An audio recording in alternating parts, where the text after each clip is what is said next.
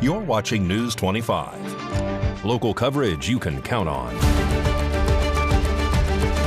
News 25 is brought to you by J.K. Nelson Law, voted best of Pahrump for 4 years. Give them a call, 775-727-9900. News 25 is also brought to you by Gunny's Air Conditioning and Heating, new, service, and repair. Call Gunny's, 775-727-6800.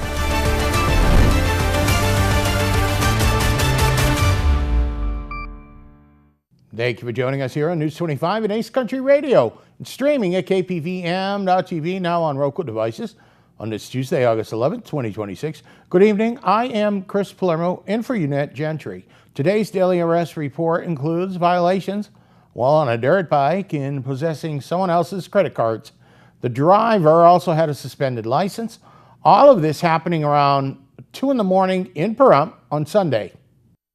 At approximately 2:30 Sunday morning, August 9th, a Nye County Sheriff's deputy observed a blue dirt bike traveling westbound on Highway 372 near Charleston Park Avenue. The bike was carrying a man and a woman, neither of whom was wearing a helmet. According to the arrest report, the driver accelerated after the deputy activated his emergency lights and siren. The deputy later saw a cloud of dust along the south side of the highway and reported that both occupants abandoned the bike and fled on foot despite commands to stop. The deputy pursued the driver along Chipmunk Road and found him allegedly hiding between 2 fences. The man complied with commands and was taken into custody. He was identified as Eric Gentry. The passenger, Christina Seekings, was located by another deputy. Gentry claimed Seekings had freaked out and attempted to make him crash and told him to run. Seekings denied telling him to flee. Deputies said the dirt bike's VIN was partially obscured by paint. 2 credit cards belonging to other people were also located. Seekings reportedly said she had possessed the cards since 2019. Gentry faced charges including obstructing, driving with a suspended license, failure to yield, and several vehicle violations. Seekings was charged with resisting and attempted possession of credit cards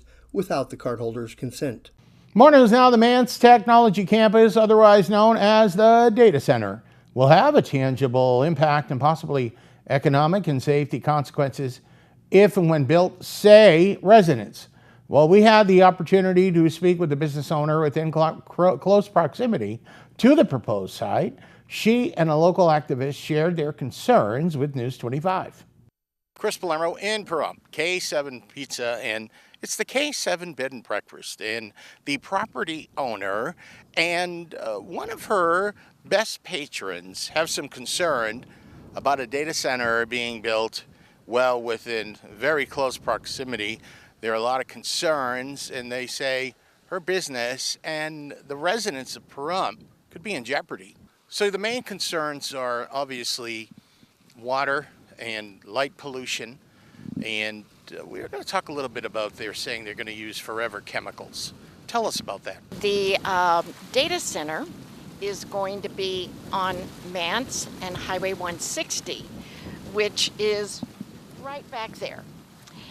And my biggest concern is the water. Our water is our greatest resource. And if we don't protect that, this town will either die or it will be diminished. But I'm just very concerned. And there will also be noise and light pollution, which I think will affect the quality of our life. Not just myself here, but I think of all the neighbors around here and possibly the whole community.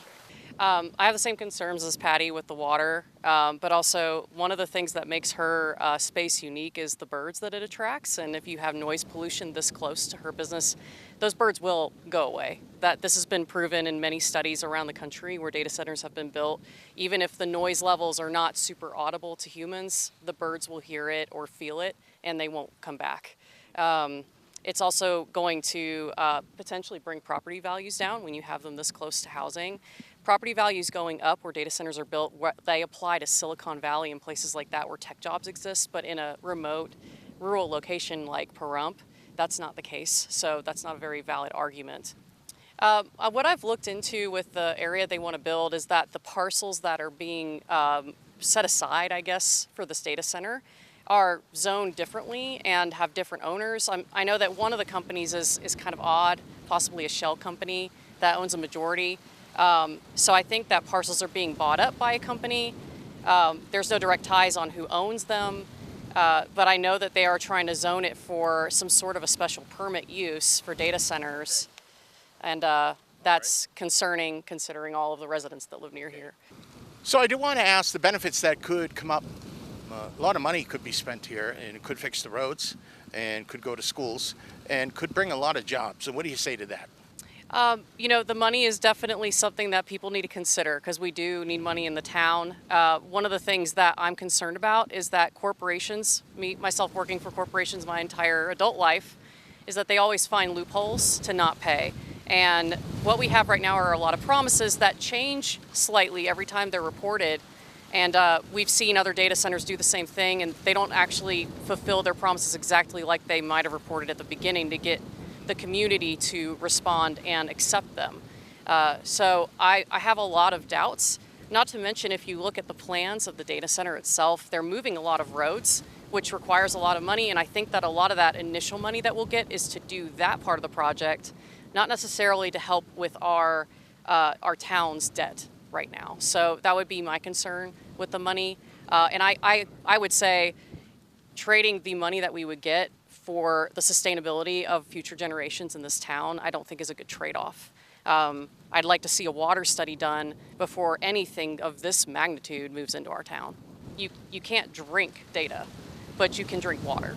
Busy news day, and a recent press release from the Nye County Republican Central Committee states that the organization is endorsing Joe McGill in his campaign for re-election as Nye County Sheriff.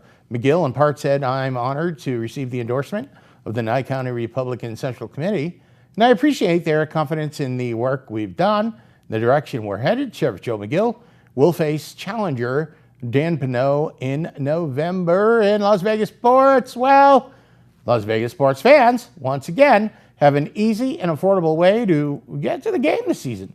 Mikey Ruhan has that. More in sports.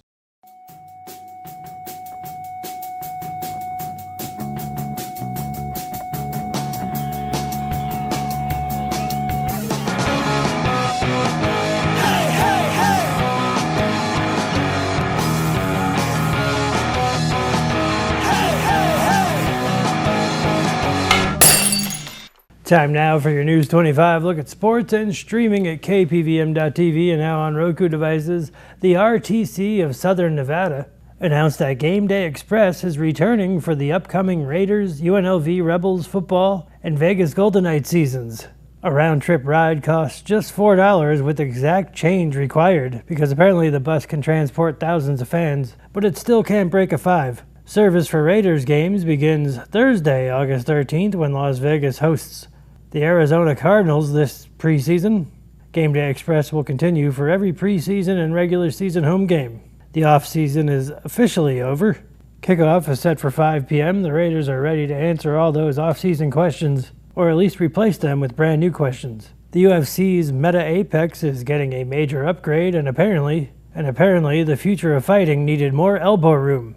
Dana White and other UFC officials welcomed the media inside the newly remodeled facility Monday. The once intimate 175-seat venue has expanded to accommodate approximately 1,200 fans. That's good news for the Contender Series, which begins its 10th season tonight inside the revamped Meta Apex. More seats, more fans, and significantly more people yelling advice to professional fighters from a safe distance. The Las Vegas Aces welcome the Washington Mystics tonight. The Mystics will attempt to make some magic in Las Vegas, which historically can get expensive. And the Las Vegas Aviators welcome the Sacramento River Cats this evening. It's another battle between cats and pilots. And that's your look at sports on News 25. Thank you very much, Mikey. More local stories coming up. Your weather as well. You're watching News 25.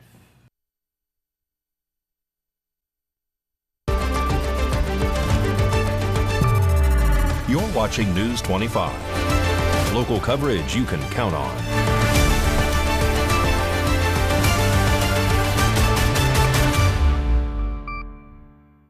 Welcome back to News 25. I'm Chris Palermo. Unette Gentry has the night off.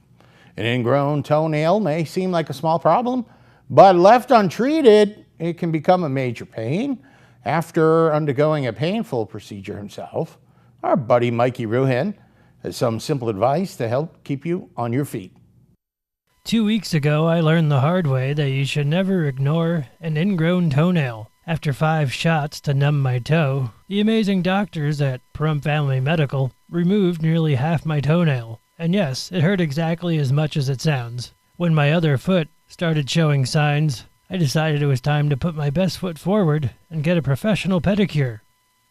A pedicure can help with routine nail care, but don't ask a nail technician to dig out an ingrown toenail. If you notice worsening pain, redness, swelling, or drainage, skip the polish and call a medical professional. Take care of your toes before a small problem becomes a big pain in the foot. Regular pedicures can help keep your feet clean, your nails maintained, and your skin soft and healthy. Come on down to New You Salon and get your pedicure today. If you want to make an appointment today, call 775-513-5501. All right, his feet are in good hands. Nicole from Vitalant is speaking with us tonight to inform you on how you can help donate blood. Nicole from Vitalant, you are here to talk about the situation with the blood donations, and I hear we have a few coming up in our area in Pahrump. Yes. Thank you so much for having me on the show, Mike. So right now, during the summer, from Memorial Day to Labor Day, we call this period of time trauma season because we usually see blood donations dip during this time, right? Kids are out of school, but we also see an increased need for blood donations because people are out on vacations, right? They're maybe participating in more activities like, maybe water sports or hiking or vacationing. There's more opportunity to get hurt, right? So less people are donating, but there might be a more need for blood. So we are calling on all donors in Pahrump and beyond to give blood and help us keep blood on hospital shelves. All right. So how can everybody find out about the blood drives coming up? So we always have blood drives that are happening across the state and including in Pahrump. And the easiest way to find out more information is to visit vitalant.org. And right at the top of the screen, there's a button that says make an appointment, or maybe it says ready to donate. You click there and you type in your zip code, and a list of the blood drive opportunities will pop up. So we have a couple coming up in Pahrump this month, this August. There's one at the Pahrump Nugget, and there's a few other opportunities. But again, the easiest way is to visit vitalant.org and to type in your zip code, and you'll find opportunities right next door or near to you. It's that easy. I can't believe it. It is that easy. And that leads me into another point that I want to make, which is a lot of people, maybe we're talking right now to people who have donated blood before, and I absolutely want them to come to these blood drives and give again. But if there's someone out there who's listening or watching who hasn't given blood before, I want them to know that, most people are eligible to donate blood, but only 3% of the population actually does. And if you're watching or listening to this right now, you probably are eligible to donate blood. You just need to be 16 years of age or older. If you're under 17, you just need a parent or guardian's permission. And then just to make sure that you feel healthy and well during your donation, we recommend that you are hydrated before you go to give blood. And we recommend that you eat a hearty, low-fat meal. And then when you arrive for your donation, you should bring a list of your medications and your ID. And then the entire process of giving blood, start to finish, walking through the door and then leaving, just an hour of your time. And you can save 2 or more patients in need. Well, saving energy can be simple, and small changes around your home can make a big difference on your monthly energy bill. Valley Electric is sharing a few easy ways to use energy more efficiently, save money, and keep your home comfortable. Let's take a look at some simple upgrades that can help you start saving. This segment of News 25 is brought to you by Valley Electric and its family of companies focused on serving our members. We're better together. At Valley Electric, we're committed to helping our members find simple, affordable ways to save energy and lower their monthly electric bills. The good news is you don't have to invest in expensive home renovations to make a difference. A few smart upgrades can improve your home's comfort while reducing energy costs. Install a smart thermostat. A smart thermostat can help reduce heating and cooling costs by automatically adjusting temperatures based on your schedule. It's an easy upgrade that can quickly pay for itself. Still using incandescent bulbs? Replacing them with LEDs can significantly reduce your energy use. Plus, LED bulbs last much longer, saving you money on replacements. Many electronics continue to use electricity even when they're turned off. Smart plugs and advanced power strips help eliminate this wasted energy, which can account for up to 10% of your home's electricity use. Installing water-efficient shower heads and faucets helps reduce water consumption while also lowering the energy needed to heat that water. Seal air leaks. Caulk and weather stripping around windows and exterior doors help keep conditioned air inside your home. This reduces the workload on your HVAC system and keeps your home more comfortable year-round. Small changes can lead to big savings over time. Valley Electric is here to provide helpful energy-saving tips so you can save money, use energy wisely, and enjoy a more comfortable home. The forecast coming up, you're watching News 25.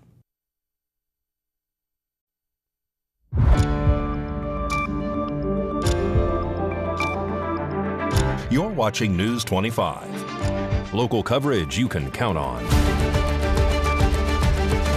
News 25 is brought to you by Mountain West Lawyer, Injury Attorneys, 727-9500. Welcome back to News 25. I'm Chris Palermo, in for Unette Gentry. We all feel stress from time to time, but did you know chronic stress can actually age your brain?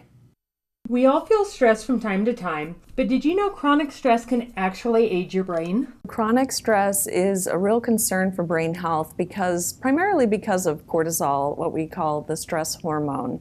Cortisol over time is particularly damaging to the neurons, especially in areas of the brain related to memory and learning. Cleveland Clinic's Dr. Sandra Darling says chronic stress can affect memory, make it harder to concentrate, and contribute to brain fog. The good news is there are steps you can take to help manage stress and support brain health. Dr. Darling recommends starting with a regular exercise routine, healthy diet, and consistent sleep schedule. Practice meditation and making time for activities you enjoy can help lower stress levels as well. Dr. Darling says making these healthy lifestyle choices and keeping your stress in check can support your brain health today and as you age. The good news is the research has shown that people of all ages, when they adopt healthy changes, like they're getting more exercise, when they start meditating and controlling their stress, reducing alcohol consumption, brain imaging has shown a slowing of those abnormal brain changes over time. If you're feeling overwhelmed or finding it difficult to manage stress, Dr. Darling says to talk with your healthcare provider. They can identify additional strategies or treatments that can help.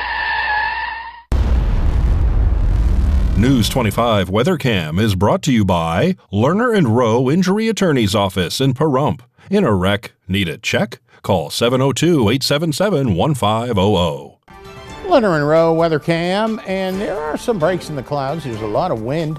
In fact, I think when I was getting out of my car, I may have eaten some dust. Let's hope that doesn't happen to you. We've got some changes on the way, some lower temperatures. Romy has that next.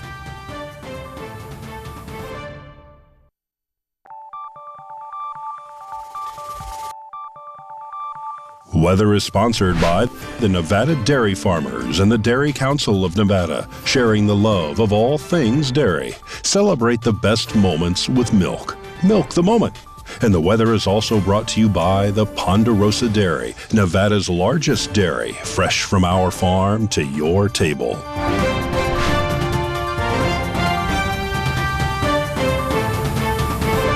Hello, Romy here on this absolutely terrific Tuesday. Let's take a look at our surrounding areas. Friendly and Fallon, we're in the high 90s, Carson City a high of 94, Tonopah 89, Goldfield 92, Beatty with a high of 99, Amargosa at 104, Las Vegas with a high of 101, and Death Valley at 114. Currently here in Pahrump, it is cloudy outside and it is 98 degrees. The high today was 100. Winds coming from the south at 14 miles per hour, humidity at 18%, and the sunrise was at 5:59 a.m. And tonight, the sunset will be at 7:38, humidity at 27%, winds coming from the east-southeast at 11 miles per hour, and the low will be 83 degrees. Now let's take a look at our 7-day forecast. Wednesday, Thursday, and Friday we're in the high 90s with partly cloudy skies. Saturday we have a high of 94, Sunday 95, Monday with a high of 97, Tuesday with a high of 95, all with our lows in the 70s.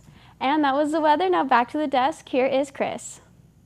Thank you so much, Romy. A really quick programming note. If you have been listening to the radio simulcast on Ace Country 103.1, that frequency has gone away. We've got a more robust new signal, a stronger signal. Go on over to 95.9 and lock it in the P1. That'll just about do it for all of us here tonight. Chris Palermo in for UNet Gentry. Make it a great night.